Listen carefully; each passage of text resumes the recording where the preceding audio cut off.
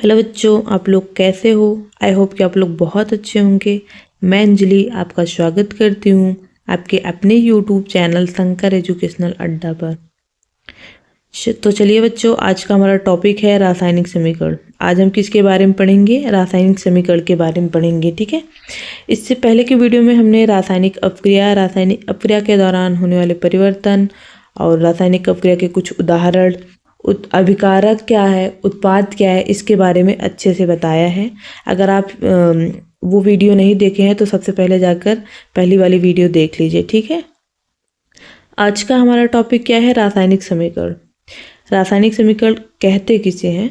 प्रतीकों और अणुसूत्रों द्वारा रासायनिक अपक्रिया को संक्षेप में व्यक्त करना क्या कहलाता है? हमारा रासायनिक समीकरण कहलाता है। जैसे हमने यहाँ पे एग्जाम्पल में लिए हैं ZnO और H2SO4। अब क्रिया करके क्या बना रहा है? ZnSO4 plus H2O। ये हमारा क्या है?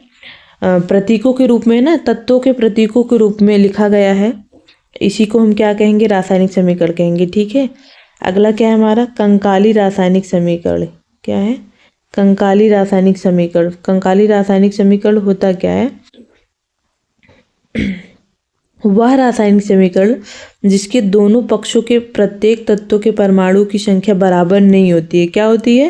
प्रत्येक तत्वों के परमाणुओं की संख्या बराबर नहीं होती है।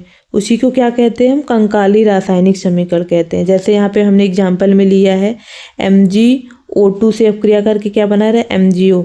यहाँ पे Mg के कितने हैं? 1 है, और इधर भी Mg कितना है? 1 है। बट इधर ऑक्सीजन के कितने हैं? 2 हैं, और इधर कितने हैं? 1 है। यहाँ पे ऑक्सीजन परमाणु की संख्या क्या है? बराबर नहीं है। इसलिए यह समीकरण हमारा कैसा समीकरण होगा? कंकाली रासायनिक समीकरण होगा। ठीक है। तो कंकाली रासायनिक समीकरण क्या होता है? इसमें दोनों पक्षों में प्रत्येक परमाणु की संख्या क्या होगी? बराबर नहीं होगी। जैसे कि Mg इधर भी और Mg इधर भी बराबर तो है, बट इधर ऑक्सीजन 2 है और इधर ऑक्सीजन 1 है। ऑक्सीजन बराबर नहीं है, इसलिए यह समीकरण क्या कहलाएगा? हमारा कंकाली रासायनिक समीकरण कहलाएगा। हमारा अगला टॉपिक है संतुलित रासायनिक समीकरण। संतुलित रासायनिक समीकरण क्या होता है?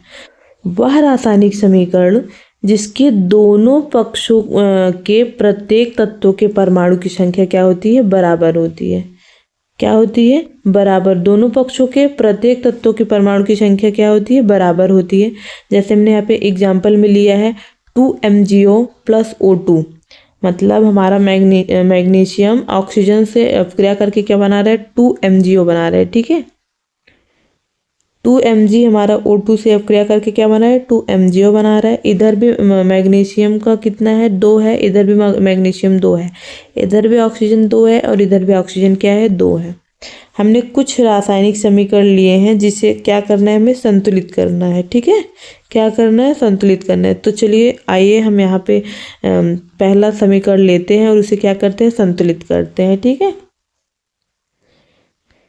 यहाँ पर देखिए HNO3 CaOH के होल ट्वाइस से क्या कर रही है? क्रिया करके CaNO3 का होल ट्वाइस प्लस H2O बना रही है। ठीक है।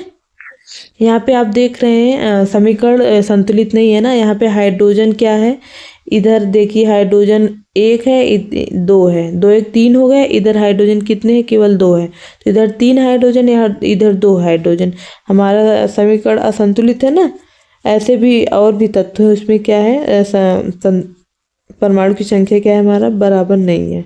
तो हम क्या करेंगे? बराबर करेंगे। तो यहाँ पे हमने जैसे पहला ग्रुप ले लिया HNO3 में H की संख्या क्या है? 1 है, और N की संख्या क्या है? 1 है, और O की संख्या क्या है? 3 है। और दूसरा ग्रुप हमने लिया है Ca, जिसमें Ca की संख्या क्या है? 1 है, ऑक्सीजन की संख्या क्या है? 2 है, और हाइड्रोजन की संख्या क्या है? 2 है। अब उत्पाद में हमने प्रोडक्ट में पहला ग्रुप लिया है। Ca की संख्या क्या है? 1 है, N की संख्या क्या है? 2 है, ऑक्सीजन की संख्या क्या है? हमारा 6 है। अब दूसरा ग्रुप हमारा क्या है? H2O है ना। तो H2O में हमने क्या लिया? H की संख्या क्या है? 2 है, और O की संख्या क्या है? 1 है। अब यहाँ पे हम क्या करेंगे? देखिए यहाँ पे हाइड्रोजन क्या है? 1 है, और इधर हाइड्रोजन क्या है? इधर हाइड्रोजन 1 है, इधर हाइड्रोजन 2 है, ठीक है। तो यहाँ पे हम क्या करेंगे, 2 से गुणा कर देंगे। जब 2 से गुणा करेंगे तो पूरे ग्रुप में गुणा होगा ना। इधर हम क्या करेंगे, 2 से गुणा करेंगे। तो 2 से गुणा करने के बाद 2 से गुणा करने के बाद सभी ग्रुप में गुणा होगा। तो यहाँ पे हाइड्रोजन कितना हो जाएगा, 2 1 के 2, और नाइट्रोजन भी कितना हो जाएगा, 2 1 के 2। ऑक्सीजन कितना हो गया, 3 दूनी 6, ठीक है। ऑक्सीजन कितना होगा, 3 दूनी 6। अब यहाँ पे देखिए हमारा कैल्शियम है, कैल्शियम 1 है और यहाँ पे कैल्शियम 1 है। ऑक्सीजन यहाँ 2 है और इधर ऑक्सीजन 6 है, ठीक है। तो यहाँ पे हम क्या करेंगे, और इधर भी 6 है और इसमें भी, इस ग्रुप में भी 6 ऑक्सीजन है और इस ग्रुप में क्या है, 6 ऑक्सीजन है, ठीक है। इस ग्रुप में भी क्या है, 6 ऑक्सीजन है। अब इसमें इस ग्रुप में देखते हैं, इधर हाइड्रोजन 2 है, इधर भी हाइड्रोजन 2 है, और इधर ऑक्सीजन कितना 1 है और इधर हाइड्रोजन 2 है, और ऑक्सीजन कितना है, 2 है।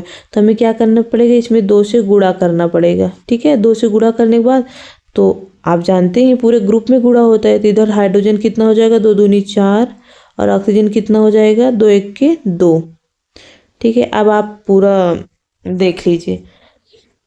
अब इधर देखिए, इसमें हाइड्रोजन की संख्या क्या है, 2 दूनी 4, और नीचे कितना है, 2।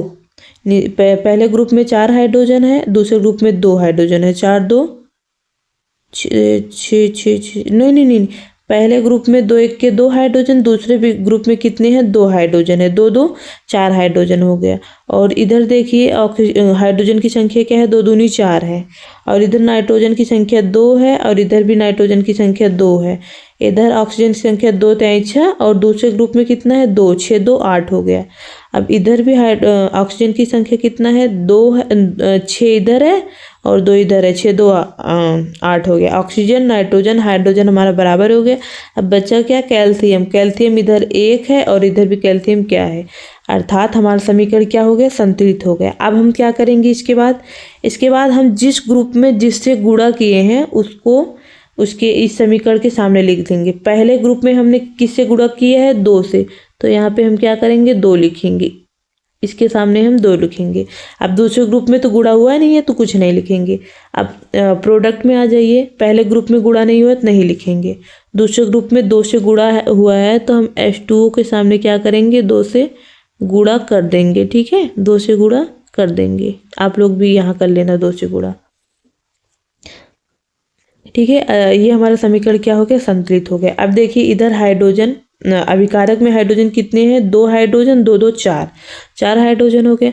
अब इधर उत्पाद में भी क्या हो गया, हाइड्रोजन संख्या 4 है, नाइट्रोजन 2 है, इधर भी नाइट्रोजन 2 है, ऑक्सीजन 2 3 6 6 2 8 हो गया। अब इधर भी ऑक्सीजन 3 दूनी 6 और 6 2 8 हो गया, ठीक है।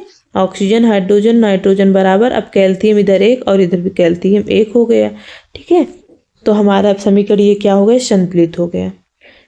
बाकी जो समीकरण बचे हैं आप लोग उसे करिएगा और उसका आंसर हमें कमेंट में दीजिएगा। देखते हैं आप लोगों को समझ में आया है या नहीं, ठीक है। अगला टॉपिक हमारा क्या है, रासायनिक अपक्रिया को संतुलित करना।